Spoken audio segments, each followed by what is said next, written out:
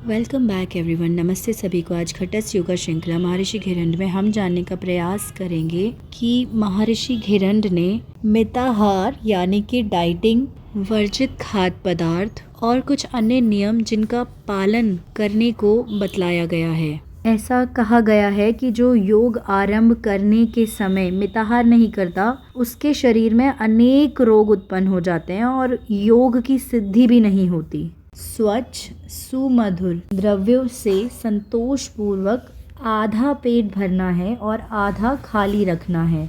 मतलब आमाशय के 50% आधे भाग को अन्न से भरना है और उसके बाद 25% मतलब 1/4 भाग को जल से भरना है और बचे हुए 25% मतलब 1/4 भाग को वायु संचालन के लिए खाली रखना है। पेट भर भोजन करना वर्जित है और इस प्रकार भोजन ग्रहण करने से शारीरिक स्वास्थ्य बना रहता है और पेट में कोई भी तकलीफ या समस्या उत्पन्न नहीं होती। और अनियमित भोजन करने से कुछ शारीरिक बीमारियां होने की संभावना रहती है। हर मौसम के लिए अलग अलग भोजन का निर्धारण किया गया है। जैसे देहातों में तो इस प्रकार के नियमों का पालन किया जाता है कि गर्मी में एक तरह का खाना खाया जाता है, एक तरह की सब्जियां, फल, दालें खाई जाती हैं। बरसातों में अलग तरह की सब्जियां, फल, दालें खाई जाती हैं। लेकिन आधुनिक युग में फ्रिज के आ जाने से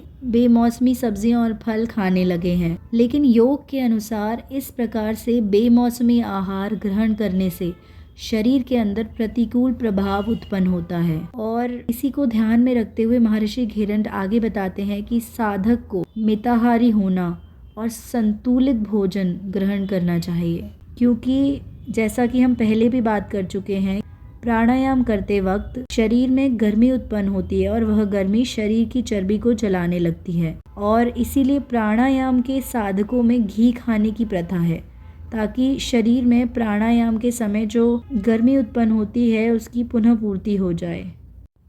यहाँ तक सुनने के लिए धन्यवाद। अब कल जारी रखेंगे।